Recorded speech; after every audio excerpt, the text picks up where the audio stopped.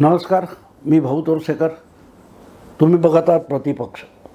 मित्रांनो, आज महाराष्ट्राच्या राज्यसभेत ज्या 6व्या जागेचा वाद चालू आहे त्या संदर्भाने मी बोलणार आहे.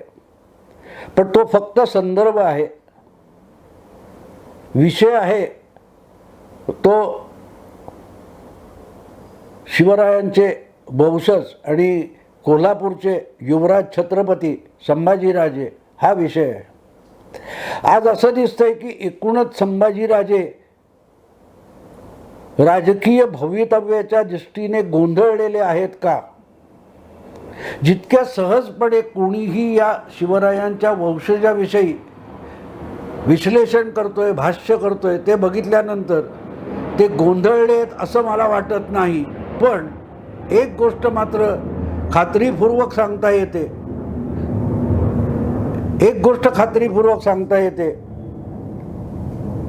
की संभाजीराजे जे राजकारण करायला निघालेत किंवा राजकारणात आपली जागा, आपला अवकाश शोधत आहेत, त्यांना आपली ताकद खरोखर कळली आहे का अशी शंका आली मला, आणि म्हणून हा व्हिडिओ मी करतोय. संभाजीराजे शिवरायांचे वंशज आहात तुम्ही, आणि शिवरायांनी इतिहासाच्या ओघात काही केलं नाही. ते जे करत होते ते बघायला इतिहास थबकून उभा राहिला, म्हणून अभूतपूर्व इतिहास घडला असं इतिहास सांगतो. तो इतिहास घडवण्याची जबाबदारी जेव्हा येते तेव्हा ती जबाबदारी, ती वेळ ओळखून वागतात ती माणसं इतिहास पुरुष होतात. शिवराय हे इतिहास पुरुष होते, आणि त्यांचे वंशज म्हणून जेव्हा तुम्ही विचार करता किंवा काही करू बघता तेव्हा शिवरायांची ताकद कशात होती हे विसरू नका. मी नेहमी संजय राऊत, शिवसेनेचे प्रवक्ते, खासदार यांची टवाळी करत असतो. त्यांच्या सामनामधल्या लिखाणाचेही मी खिल्ली उडवत असतो.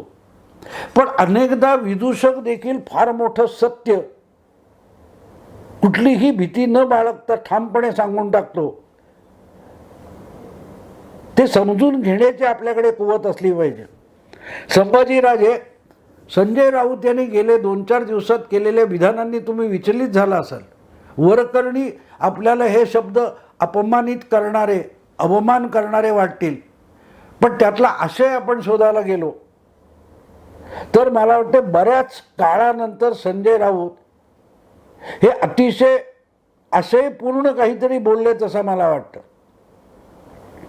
आशयपूर्ण बोलले, किंबहुना त्यांनी कळत नकळत संभाजीराजेंना त्यांची खरी ताकद कुठे आहे दाखवून दिले.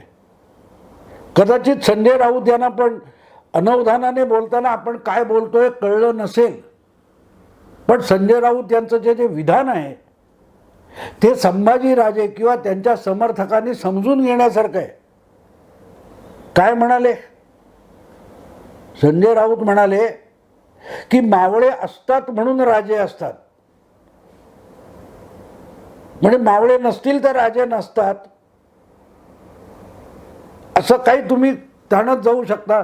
पण त्यातलं तथ्य लक्षात घ्या. शिवराय होते म्हणून मावळे होते, आणि मावळे होते म्हणून शिवराय होते, आणि तो सगळा इतिहास हा शिवरायांनी घडवला. आपण म्हणतो तो मावळ्यांनी सुद्धा घडवलेला आहे. अन्यथा शिवरायांनी इतिहास घडवला त्याच्या आधीचा काळ आपण बघितला तर अत्यंत मर्दुमकी असलेले डझनावारी मराठा नेते कुठल्या ना कुठल्या बादशाह सुलतानाच्या पदरी चाकरी करत होते. त्यांच्याबरोबर लढणारेही मावळे होते, मराठा होते. पण हे सगळे मराठा सरदार चाकरी करण्यात रमले, कुठलं तरी पद, मनसबदारी किंवा वतन मिळवण्यात रमले. शिवरायांनी ते झुगारलं आणि स्वतःचं साम्राज्य निर्माण करण्याचं स्वप्न बघितलं. आणि ते स्वप्न कशाच्या बळावर बघितलं? तेव्हा महाराजांचा विश्वास त्या आपल्या जीवाला जीव देणाऱ्या सहकारी मावळ्यांमध्ये होत्या. आणि म्हणून मला संजय राऊत यांचं वाक्य मोठं वाटतं की सगळं स्वराज्य शिवरायांनी एकट्याच्या बळावर नाही उभं केलं.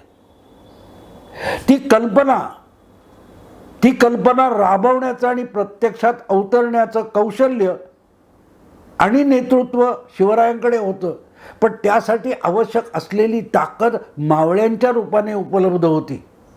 आणि ती ताकद आहे, ती आपण उभी करू शकतो, संघटित करू शकतो, तिचा वापर करून मराठ्यांचं एक साम्राज्य निर्माण करू शकतो. ही कल्पना सुचणं, ते स्वप्न बघणं आणि ते प्रत्यक्षात आणणं, याला शिवराय म्हणतात. तर संजय राऊत बोलता बोलता अनवधानाने एक वाक्य बोलून गेले.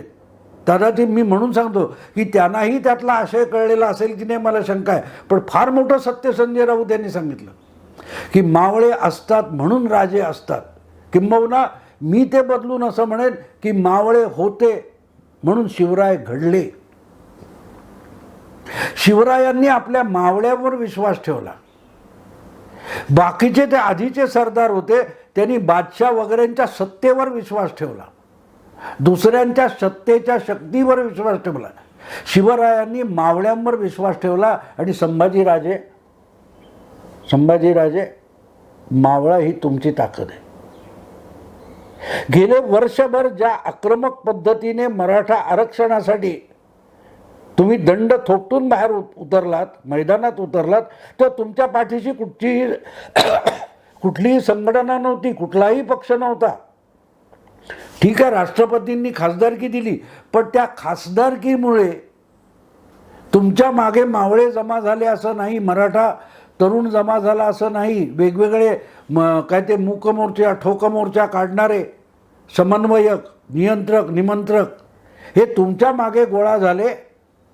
ते तुम्ही शिवरायांचे वंशज होता म्हणून त्या सगळ्या मराठा तरुण नेत्यांना वाटलं की हा पुन्हा एकदा इतिहास घडणं शक्य आहे.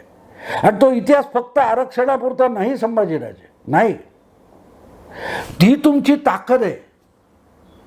तुम्ही प्रयत्न केलात, तुम्ही अगदी पावसात भिजत उभे राहिलात, कुठे बैठकीत, मैदानात, कुठे कुठे सभा घेतल्यात, महाराष्ट्र तुम्ही फिरलात आणि तुमच्या मागे जो मराठा तरुण उभा राहिला, मोठ्या आशेने तुमच्या मागे गोळा झाला, ती तुमची ताकद आहे. कुठल्या तरी पक्षाचे 12, 14, 20 आमदार ही संभाजीराजांची ताकद असू शकत नाही. त्यातून मिळणारी खासदारकी ही सुद्धा ताकद असू शकत नाही. उद्धवरावांना तेच कळलं नाही. बाळासाहेब शिवसैनिक ही बाळासाहेबांची ताकद होती. मुख्यमंत्रीपद त्यांनी निर्माण केलं, बनवले मुख्यमंत्री, बनवले महापौर, बनवले आमदार, खासदार. बाळासाहेब स्वतः काही झाले नाही, त्यापासून अलिप्त राहिले. शिवराय श्रीमंत योगी तेवढ्यासाठी मानले जातात की साम्राज्य निर्माण केलं, पण त्यातलं उपभोगलं काय? शिवरायांनी काहीही उपभोगलं नाही.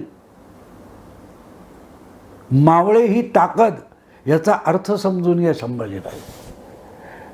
तुम्ही इतिहास घडवू शकता, फक्त तुमची ताकद कुठे आहे ओळखा.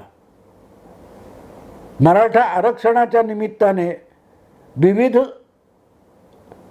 भागातले विविध राजकीय काय म्हणतात ते छटेचे कार्यकर्ते, नेते आरक्षणाच्या निमित्ताने तुमच्या मागे येत गेले, आले. तुम्ही त्यांच्या बैठका घेतल्यात. आणि माहिती आहे संभाजीराजे, मला तुमच्याविषयी खूप आशा होती. तुम्ही एक विधान जे केलं ते इतकं आशयगर्भ होतं. आरक्षणाच्या वेळेला, आरक्षण आंदोलनाच्या निमित्ताने संभाजीराजे तुम्ही एक फार मोठं विधान केलं. ते थेट 300-400 वर्ष मागे जातं की जे शिवरायांनी बघितलं, शिवरायांनी ओळखलं, त्याचाच पुनरुच्चार संभाजीराजे तुम्ही काही महिन्यांपूर्वी केला होता. प्रस्थापित मराठ्यांनी विस्थापित मराठ्यांना लुटलेलं आहे हे तुम्ही म्हणालात संभाजीराजे. हे आजचं नाही, हे 350 वर्षापूर्वीचं सत्य आहे. आणि ते डोळसपणे बघणाऱ्या शिवाजी महाराजांनी प्रस्थापित मराठे बाजूला सोडले आणि लंगोटी लावून शेतात राबणाऱ्यांना लढवय्ये बनवलं. सरदार नाही गोळा केले महाराजांनी, सरदार नाही गोळा केले, मावळ्यातून सरदार निर्माण केले. शेतात राबणारा शेतकरी, कुणबी कोण असेल तो, धनगर, कोण 18 पगड जातीचे मराठी जनता, या सगळ्यांना मावळे बनवून लढवय्ये बनवलं, सरदार बनवलं. ही संधी इतक्या शतकानंतर संभाजीराजे तुमच्याकडे चालत आलेली आहे. मराठा विखुरला. सेनापती बापटांनी म्हटलेलं आहे, मराठ्या विना राष्ट्र गाडा न चाले. तो मराठा संघटित करणं, तो परत शक्तिशाली बलशाली बनवणं, ही संधी तुमच्याकडे आहे. आणि म्हणून संजय राऊत यांचं वाक्य मी जेव्हा वेगवेगळ्या बाजूने विचार करत असतो, मला वाटलं केवढं मोठं वाक्य आहे की मावळे असतात म्हणून राजे असतात. आणि हे सगळे ठोक मोर्चा काढणारे कोणी नेता नव्हता संभाजीराजे. कोपर्डीची घटना घडल्यानंतर कुठल्याही राजकीय पक्षाकडून आवाज उठला नव्हता, कुठल्याही मराठा संघटनेकडून आवाज उठला नव्हता. स्वतःला मोठे मराठा अस्मितेचे नेते म्हणवणारे, वेगवेगळ्या संस्था सेवा संघ चालवणारे सगळे चिडीचूप होते. अशा वेळेला कोपर्डीच्या त्या अत्याचारानंतर, एका मुलीच्या बलात्कार आणि हत्याकांडानंतर न्यायासाठी रस्त्यावर उतरला तो सामान्य मराठा होता, सामान्य मावळा होता. त्याला नेता कोणीही नव्हता. तुम्ही जे म्हणालात ना, प्रस्थापित आणि विस्थापित मराठा, ते सगळे विस्थापित मराठे आपले आपले समोर आले आणि एकाही प्रस्थापित मराठ्याला नेतृत्व करायला त्यांनी पुढे येऊ दिलं नाही. नेता विहीन असे मराठा मोर्चे निघाले आणि त्यातून एक इतिहास घडवला गेला. मोर्चा, निवडणुका, मिरवणुका, आंदोलन म्हटल्यानंतर दंगा धोपा, बेशिस्त, हिंसाचार, धुडगूस ही नेहमीची बाब असते, नेहमीची बाब असते. पण मूक मोर्चा, ठोक मोर्चा, मराठा मोर्चा निघाले, ते सगळं काढून बघा संभाजीराजे. घोषणा सुद्धा नव्हती, मूक मोर्चे होते. आणि ठरल्यापासून कुठे पोहोचले मोर्चे की त्यानंतर अत्यंत सामान्य घरातली मुलं मुली मंचावर चढून भाषणं देत होता. त्यांच्याकडे भाषेची सफाई नव्हती. अशा भाषा संपन्न, भाषा प्रभू नसलेल्या, परखड आणि फर्राट भाषणबाजी करू न शकणाऱ्या मुलांची भाषणं देखील हजारो आणि लाखोच्या गर्दीने ऐकली. ती मावळ्यांची ताकद असते, ती मराठ्यांची ताकद होती, ती विस्थापित मराठ्यांची ताकद होती, जी 350-400 वर्षापूर्वी शिवरायांनी ओळखली होती. ही प्रस्थापित मराठे उपयोगाचे नाहीत. आपल्याला विस्थापित मराठ्यांच्या मनामध्ये अन्यायाविषयी, अत्याचाराविषयी जो राग आहे त्याला हत्यार बनवावं लागेल. हे ओळखून शिवरायांनी जो इतिहास बनवला, इतिहास घडवला, तो विसरू नका. आणि तुम्ही त्याच्यावर बोट ठेवलं संभाजीराजे. म्हणून मला तुमच्याकडून अपेक्षा आहे की प्रस्थापित मराठ्यांनी विस्थापित मराठ्यांना लुटलंय, त्याही काळात प्रस्थापित मराठे सरदारांनी विस्थापित मराठ्यांना गुलाम बनवून ठेवलं होतं. त्या गुलामांना लढवय्या बनवलं, त्या माणसाला शिवराय म्हणतात. माणसाचा इतिहास पुरुष होऊन गेला, त्यांना शिवराय म्हणतात. एक सामान्य माणसासारखा जन्मलेला माणूस, पण इतिहास पुरुष झाला शिवराय. कारण त्यांनी प्रस्थापित मराठ्यांना झुगारलं होतं आणि विस्थापित मराठ्यांना संघटित केलं होतं. तुम्ही एक शब्द बोललात परवाच्या पत्रकार परिषदेत की मी स्वराज्य नावाची संघटना बनवणार आहे, किंवा ती सुरू झालेली आहे, तिचा पक्ष होईल की नाही मला माहिती नाही. शिवरायांनाही स्वराज्य साम्राज्य होईल काही माहिती नव्हतं, पण त्यांनी सुरुवात केली होती. संभाजीराजे, तुम्ही जाणीवपूर्वक किंवा अनवधानाने बोलून गेलात की स्वराज्य नावाची संघटना आजपासून सुरू झाली आहे. शिवरायांची कल्पना तीच होती, गाजावाजा नव्हता. कुठच्या मंदिरात जाऊन शपथ घेतली आणि सुरुवात झाली. डंका पेटला नाही मोठमोठ्या सभा घेऊन, किंवा सैन्याची जमवाजमव केली नाही, सैन्य बनत गेलं, सेना उभी राहत गेली. 18 पगड जातीतले लढवय्ये अन्यायाच्या विरुद्ध झुंज देऊ शकणारे एकत्र होत गेले. आणि म्हणून जेव्हा संयुक्त महाराष्ट्राची चळवळ उभी राहिली, मी 350 वर्ष जुना इतिहास सांगून कोणाला चेतवतोय असं मानायचं कारण नाही.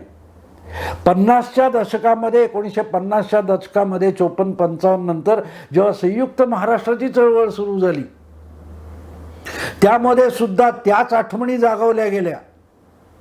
आणि मला अजूनही, मी शाळकरी वयातला, अगदी बालवयातला होतो, पण मला शाहीर अमर शेखांचे, ते जेव्हा सगळे शाहीर बाहेर पडले होते, अण्णाभाऊ साठे असतील, आत्माराम पाटील असतील, एकापेक्षा एक शाहिरांची शाहीर साबळे होते. मला अजूनही अमर शेखांची काळा चौकीच्या नाक्यावर लालबागला एका ट्रक उभा राहून बिना माईकचा म्हटलेला पवाडा आठवतो. जागा मराठा आम, जमाना बदलेगा. जागा मराठा आम. महाराष्ट्रातला सामान्य मराठा म्हणजे सामान्य माणूस जागा झालाय. जागा मराठा आम. सामान्य मराठा जागलेला आहे. जमाना बदलेगा. हा जागा झालेला सामान्य मराठा हा जमाना बदलू शकतो, हे शाहीर अमर शेखांनी म्हटलं. अमर शेख मराठा होते का? नव्हते. जातीने मराठा नव्हते, पण महाराष्ट्रातला एक मराठी नागरिक, मराठीचा अभिमान, अस्मिता मानणारा असा तो धर्माने मुस्लिम असलेला शाहीर काय बोलला? जागा मराठा आम, जमाना बदलेगा. आणखीन एक त्यांचं मला कवन आठवतं, यशवंतराव चले जाव, आम्ही मराठे घेतो आण, राहील अठवा जाईल प्राण. हे अमर शेखांचं कवन आहे, मला आठवतं. अगदी शाळकरी वयात आठवलं, पण अजून विसरलो नाही. 70 वर्ष 60 वर्ष उलटून गेली, कानात अजूनही ते अमर शेखांचे शब्द, आवाज गुणगुणतात, गुंजतात. संभाजीराजे, आजचा जमाना, आजचा काळ तुम्हाला साथ घालतोय, तुमची ताकद ओळखा. तो जो आरक्षणासाठी तुमच्या मागे उभा राहिला ना, एकवटला ना सगळीकडे महाराष्ट्रात, तुम्ही जाल तिथे तिथे तुमच्या मागे मागे येत राहिला, जमत राहिला, तो आम मराठा आहे. तो सामान्य मराठा आहे. तो विस्थापित मराठा आहे. विषय फक्त एका मराठा जातीच्या आरक्षणापुरता असेल तरी तो मराठा आरक्षण म्हणजे अतिशय गरिबीत हलाखीत जगणारा मराठा आहे, ज्याच्या नावावर इथे 60 वर्ष राजकारण झालं. बोलताना बोललं जातं की सतत मराठाच मुख्यमंत्री राहिलेला आहे, दीर्घकाळ मराठ्यांचं राज्य राहिलेलं आहे, मराठा जातीचं. पण प्रस्थापित मराठ्यांचं राज्य राहील. विस्थापित मराठा हलाखीतच जगतो. आज सुद्धा महाराष्ट्राच्या कानाकोपऱ्यात शेतीने गांजलेला, कर्जबाजारीपणाने गांजलेला, पिकाला भाव मिळत नाही म्हणून गांजलेला, शेतीला उत्पन्न मिळत नाही म्हणून गांजलेला, वीज मिळत नाही म्हणून गांजलेला, विजेचं कनेक्शन तोडलं म्हणून गांजलेला, विजेची थकबाकी, सावकाराचा पास म्हणून गांजलेला, तो सगळा आम मराठा आहे, विस्थापित मराठा आहे. आणि ते आत्महत्या केलेल्यांची आकडेवारी काढा, तुम्हाला दिसेल 80-90% मराठाच असेल. तो साथ घालतोय शिवराय. राजे आहात ना, मग तो मावळा बघा, तो मराठा बघा, जो तुमच्या मागे आरक्षणाच्या निमित्ताने गोळा झाला. ती तुमची ताकद आहे शिवराय. कोणाचे तरी 14 आमदार, कोणाचे तरी 17 आमदार, कोणाचे तरी 22 आमदार, आणि त्यातून येणारी खासदारकी तुम्हाला राजे म्हणून सन्मानित करू शकणार नाही. हे लाखो मराठे, विस्थापित मराठे आपल्या लढवय्याला मुजरा करायला उतावळे आहेत. तो मुजरा घेण्यासाठी तलवार उपसून उभे राहा, एल्गार पुकारा. तुम्ही या मराठ्यांचा पक्ष निर्माण करा. तुम्ही स्वराज्य म्हणालात ना, तो मराठ्यांचा पक्ष निर्माण करा, मराठी अस्मितेचा पक्ष निर्माण करा.